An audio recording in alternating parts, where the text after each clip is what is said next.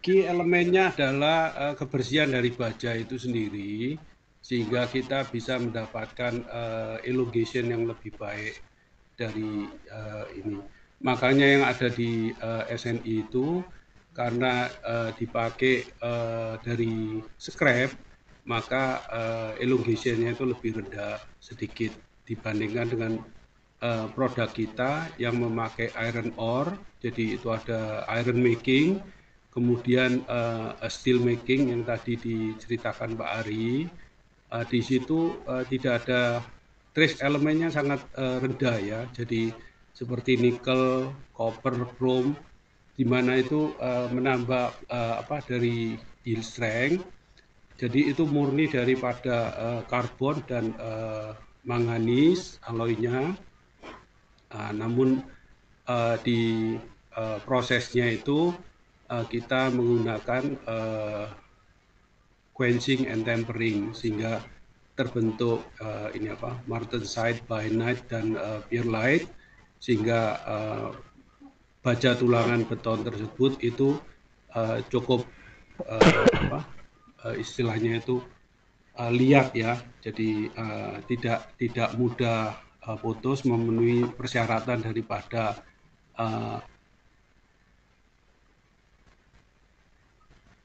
BJTS 550 sesuai dengan ASTM A706 M ya. Itu Pak Budi. Sebenarnya murni di komposisinya saja ya Pak ya, membedakan itu ya Pak. Di komposisi dan proses produksi itu. Terus satu lagi Pak Ari, mungkin sebelum pertanyaan, tadi saya lihat baca di pertanyaan itu banyak yang menanyakan terkait TKDN Pak. Nah, dengan TKDN ini sendiri seperti apa sih Pak Ari untuk baja tulangan mutu tinggi ini?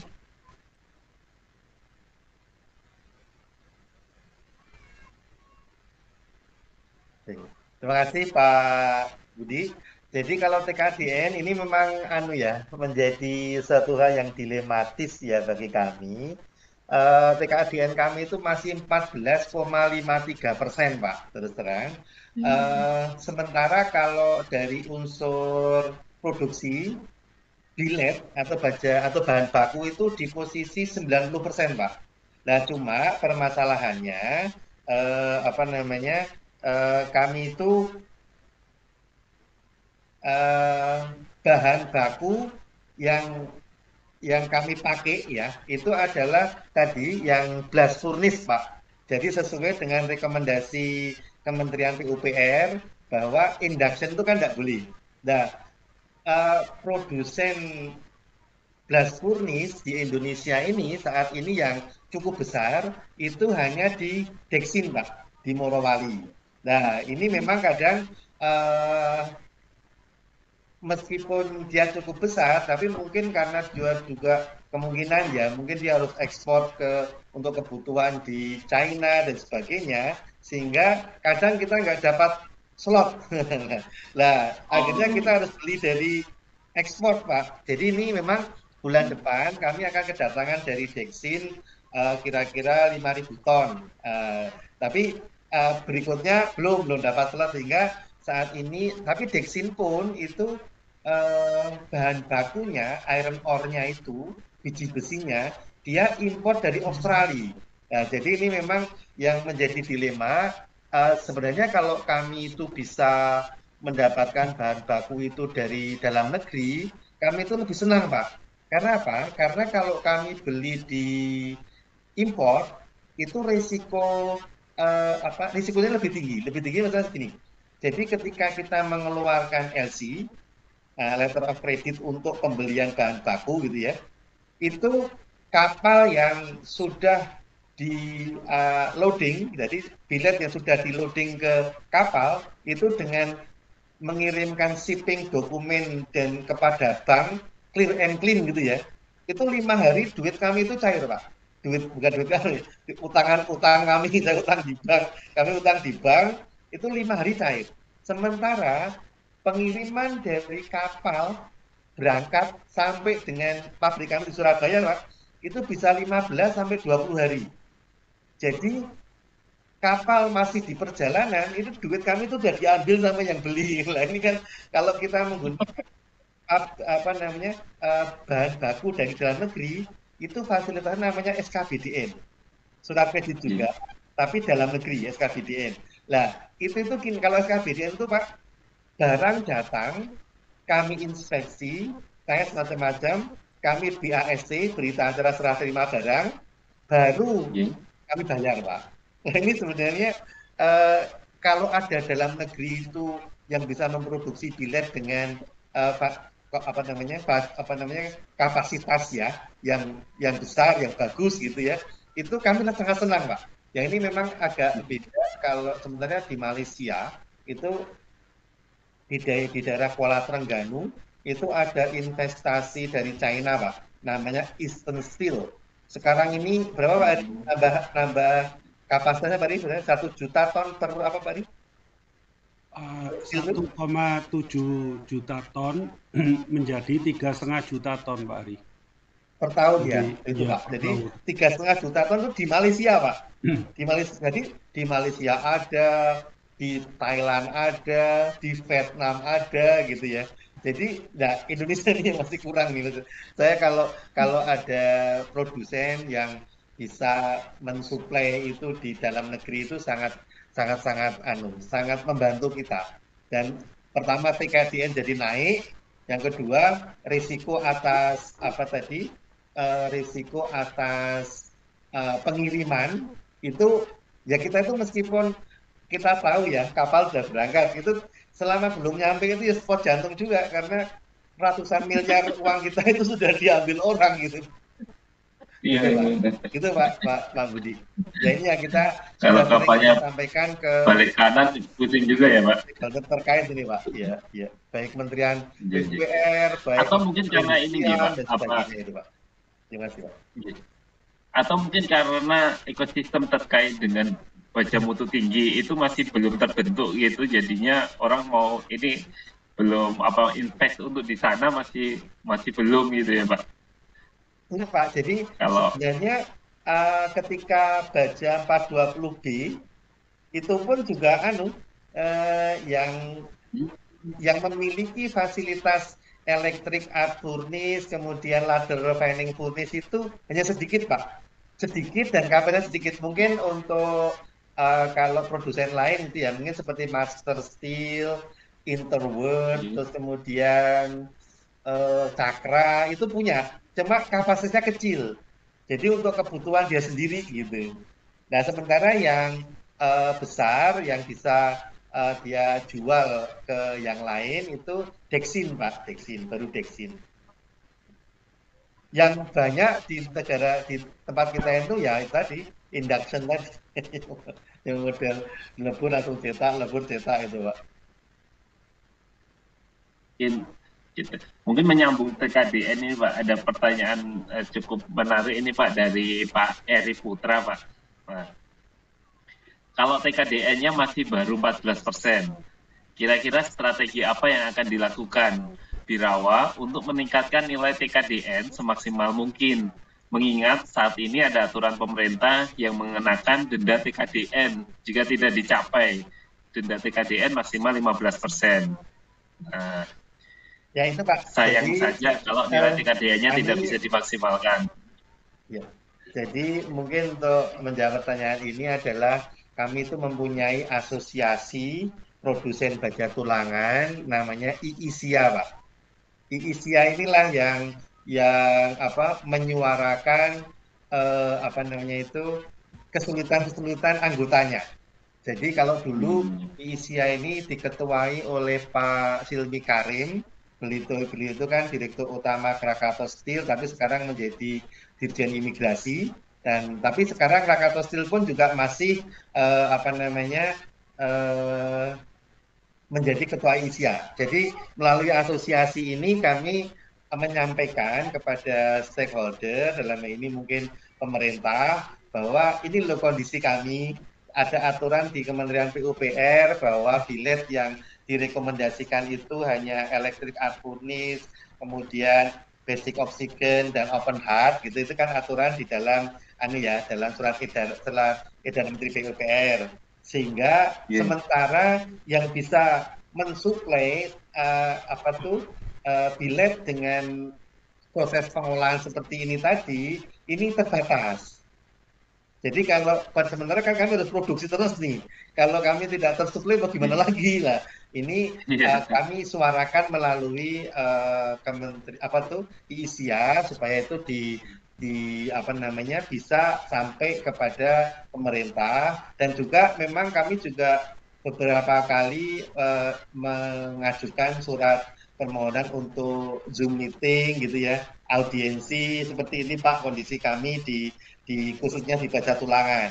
Kalau Yeah. produk dalam negeri ini ada, kami akan lebih senang karena itu tadi kita risiko atas pengiriman barang yang harus melalui laut ya, itu sangat sangat tereliminasi kalau kita dapat dari dalam negeri gitu Pak. Jadi ya memang sampai saat ini kita alhamdulillah masih bisa diterima argumen kita karena memang kondisi yang terjadi seperti ini. Nah, maksudnya kalau nanti kami misalkan saya pakai yang induction furnace aja deh. Berarti kan induction ini kan tadi dari scrap dilebur langsung dicetak. Sementara slag atau kotoran atau karat dan sebagainya masih campur. Nah, masa itu kan menjadi kualitas dari baja tulangannya kan menjadi turun, Pak. Untuk sementara infrastruktur yang dibangun di negara kita ini kan infrastruktur yang high risk gitu ya. Apakah itu Yeah. jembatan, gedung-gedung dan sebagainya. Nah, itu tentunya harus kita suplai dengan material baja tulangan yang berkualitas. Nah, ini yang terpaksa ya kami suarakan demikian terkait dengan PKDN. Terima kasih, Pak. Yap. Oke. Mungkin pertanyaan berikutnya dari Pak Sunardi Yusuf nih, Pak. Ya. Salam sukses untuk PT Birawa Steel bahwa kriteria penerimaan sudah dilakukan dengan pengujian uji siklik. Dari izin bertanya sederhana saja, apakah diizinkan untuk dilakukan baik pemotongan dan penyambungan tulangan dengan memakai mekanisme las? Kalau di dalam mekanisme penyambungan menggunakan las itu terus terang sepemahaman kami karena itu kan sudah masuk di ranahnya pelaksanaan. Tapi kalau dari mutu yang kami punya itu tidak direkomendasikan Pak penyambungan dengan las. Makanya tadi kami untuk penyambungan itu ada biasa menggunakan overlap. Yang kedua bisa menggunakan coupler. Tapi coupler ini ya ada ininya Pak, ada hitung-hitungan cost-nya ya. Jadi kalau kita menggunakan coupler untuk diameter di bawah kalau 29 itu impas Pak. Maksudnya kita membandingkan antara overstack dari dua sambungan baja tulangan dengan kita membeli coupler, kemudian melakukan ngedrat, kemudian pemasangan, itu kalau diameter 29 itu impas, Pak. Jadi kita bisa istilahnya tidak ada efisiensi cost. Tapi kalau diameter 32 itu bisa ada efisiensi cost. Tapi kalau di bawah 29 itu nggak efisien. Di bawah diameter 29 karena harga dari coupler ini juga saya juga belum tahu ini apakah di Indonesia sudah ada yang bisa bikin karena selama ini kami masih bekerja sama dengan pihak luar ya. Tapi kemarin saya ketika ada pameran di Hotel Hayamuruk ya, Haki itu ada salah seorang pengusaha dia nyampaikan kalau dia baru memproses untuk membuat coupler. Tapi saya nggak tahu sampai sekarang dia belum berkomunikasi dengan kita apakah usaha beliau itu sudah bisa menghasilkan hasil atau belum. Tapi sehingga kalau alas kalau menurut kami kok belum direkomendasikan ya Pak untuk penyambungan tulangan.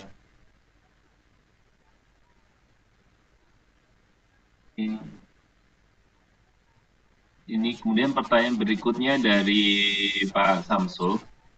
Nah, pernah sewaktu pembengkokan baja tulangan untuk bagel diameter 13 mili terjadi patah getas untuk salah satu produk. Apa penyebab getas ini, Pak? Apakah ini ada pengaruh untuk baja mutu tinggi? Ya, terima kasih. Eh, Kalau ini mungkin nanti ditambahkan Pak Hari ya. Baik, Jadi Pak. eh, kertas ini karena nilai karbonnya tinggi, Pak. Nah, nilai karbon yang tinggi tadi itu kalau di billet yang diproses melalui blast furnace, jadi tadi kan ada pertama dilebur, setelah dilebur kemudian dimurnikan. Dimurnikan itu slag ataupun kotoran dibersihkan, ya, dipisahkan hingga dia menjadi besi murni, baru kemudian dilakukan pengkomposisian kimia supaya tidak terjadi karbonnya tinggi dan sebagainya. Tapi komposisinya kita atur. Sehingga disinilah ditemukan apa namanya kelenturan atau daktilitas dari baja tulangan, sehingga elongasinya tinggi. Nah, yang terjadi getas atau patah itu tadi Pak, kalau bahan baku itu scrap. Nah, scrapnya itu kan kita tidak tahu apakah scrapnya itu dari apa namanya itu bongkaran kapal, kapal yang di itu atau mungkin dari gardan mobil atau mungkin malah dari sepeda kan kita nggak tahu ini. Jadi scrap itu nyampur jadi satu, dilebur, habis dilebur itu slag atau kotorannya itu nggak dipisahin Pak kalau induction itu. Nah, dari situ kemudian dicetak langsung jadi bahan baku billet, terus di rolling menjadi baja tulangan. Sehingga di sini tadi eh, kalau proses pembuatan billetnya, bahan bakunya itu induction, itu tidak terkontrol komposisi kimianya. Sehingga kalau terjadi getas atau retak, itu kemungkinan nilai karbon dari baja tulangan tadi tinggi. Ya, mungkin Pak Ari bisa nambahkan. Baik, Pak Ari. Memang itu salah satu penyebab daripada getasnya dari produk itu. Jadi seperti tadi yang disampaikan Pak Ari, kotoran itu tidak di-refine, tidak diangkat, dijadikan slag, dan tidak ada ladle refining furnace-nya, di mana ada oksigennya yang dalam itu diangkat dengan menggunakan argon. Terus kedua, kemungkinan yang terjadi itu kalau dia dalam produk SNI itu kalau bending kan ada minimum diameter ya. Jadi mungkin di SNI-nya sini berapa kali nih untuk ada biasanya 3D, 5D, 5 kali diameter, bahkan sampai 7D kalau ukuran besar. Kita pernah melakukan karena kebutuhan dari proyek ukuran 8 mili itu sampai 2,5D. Kita lakukan X-ray setelah itu. Produk kita tidak sampai terjadi retak di dalam. Ini kalau bukan secara visual saja, tapi sampai retak di dalam yang kita nggak kelihatan itu. Jadi waktu itu dibutuhkan untuk proyek di Ciputra karena butuh kolomnya rapi, lebih tajam, maka dilakukan tekuan dengan 2,5D itu 2,5 kali diameter. Jadi kalau 8 mili itu cuma radius 20 waktu itu Pak Budi. Jadi itu juga menjadi pengaruh daripada ini. Kalau pada umumnya mengikuti dari SNI itu tidak ada visual crack Pak. Kalau mengikuti dari itu. Jadi bahkan di bawah itu sedikit tidak ada masalah itu. Ya itu Pak Budi tambahan dari saya. Ya, Hari. ya. Oke, pertanyaan berikutnya dari Pak Muhammad Amin dari Universitas Bina Dharma Palembang.